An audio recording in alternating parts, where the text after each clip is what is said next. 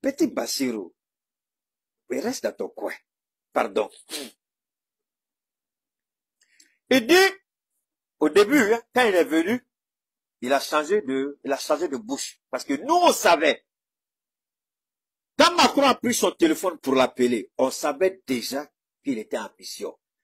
Si Diomaye avait la possibilité aujourd'hui, je vous jure au nom de Dieu, s'il avait la possibilité aujourd'hui, avec ce qu'on lui a dit, à partir des rencontres qu'il a eues avec les chefs d'État, si Diomaye avait la possibilité aujourd'hui, il allait se démettre doucement de son coup. Mais il sait que s'il le fait, son pouvoir va tomber. Si Diomaye aujourd'hui avait les mains libres, il allait se débarrasser de Ousmane Sonko. Parce qu'ils n'ont pas la même vision du panafricanisme. Ils n'ont pas la même vision du Sahel. Ils n'ont pas la même vision de ce que les peuples ont subi. De tout temps, quand vous écoutez Ousmane Sonko demander à la France de lever le pied sous le cou de l'Afrique afin qu'on puisse respirer, que la France arrête de voler et piller les ressources, vous avez entendu Diomaye pas parler de ça, non? Posez-vous la question, pourquoi il n'est pas allé au Niger? Bassirou n'est jamais allé au Niger. Au Mali, on l'a recadré.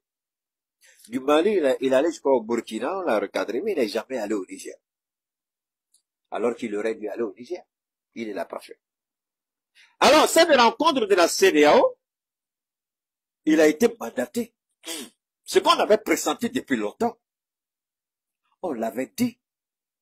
On avait averti. On savait que Bassirou était un traître. Un loup qui porte la peau de l'agneau. Bassirou n'a jamais été un véritable panafricain au regard des discours qu'il tient. Voilà un président qui s'arrête pour dire que le Sénégal est un grand pays au regard des grands présidents. Quels sont les grands présidents que le Sénégal a connus? À part Senghor et puis Abdou Diouf. Qui? Abdoulaye Wade? Macky Sall? Mais you can be killing me. Donc tu dis que Macky Sall a très bien fait pour jeter Ousmane Sonko en prison et puis toi-même. Mais comme toi-même, Bachirou, quand tu parles là, tu crois que les Sénégalais là, c'est l'eau qui est à la place de leur cervelle ou bien quoi? Petit Bachirou, wallah billah, tu as la déception incarnée. C'est pourquoi je t'appelle président par défaut. Tu parles, on dirait femme, alors que tu as 2 femmes et puis tu as 4 enfants. Tu es un gros gars, parle comme un garçon. Vous savez, tu parles, on dirait tu dors. Réveille-toi. Fonction de président là, c'est pas l'île de quelqu'un. Tu t'arrêtes et puis tu assumes. Mais, Bachirou, tu crois que toi là, tu peux mettre ta bouche dans notre affaire? Depuis que tu étais en prison, nous on menait notre combat ici. Maintenant, alors, je vais vous amener ici d'abord. Il dit, il faut que vous écoutiez d'abord où il est, où il est ce gars-là, mais il faut que, ok, je pense que ici, on va écouter, hein. Je vais vous amener à écouter. Et puis on va répondre à Bassirou. Pour tout faire pour éviter le retrait des 3 pays frères de la CEDEAO. Ce serait le pire des scénarios et une grande blessure au panafricanisme. Un legs des pères fondateurs que les dirigeants d'aujourd'hui ont la responsabilité. Bon, je vous en prie, hein. Ça, c'est le reportage de la radio-télévision du Sénégal. Donc, la presse sénégalaise nationale est en train de défendre le président sénégalais. Donc, ne vous laissez pas berner par les mots qu'ils utilisent ici. C'est la radio-télévision du Sénégal qui fait un reportage ici. Je vous permets seulement de comprendre ce que Bassirou a dit, et puis là, on va continuer. Donc, écoutez bien. Historique de sauvegarder et de transmettre aux générations futures. Et pour affirmer le lien de confiance. Sinon, aucune télévision digne de ce nom, qui a vécu ce que nous avons vécu, ne peut tenir un narratif aussi ridicule, aussi blessant, aussi ignorant.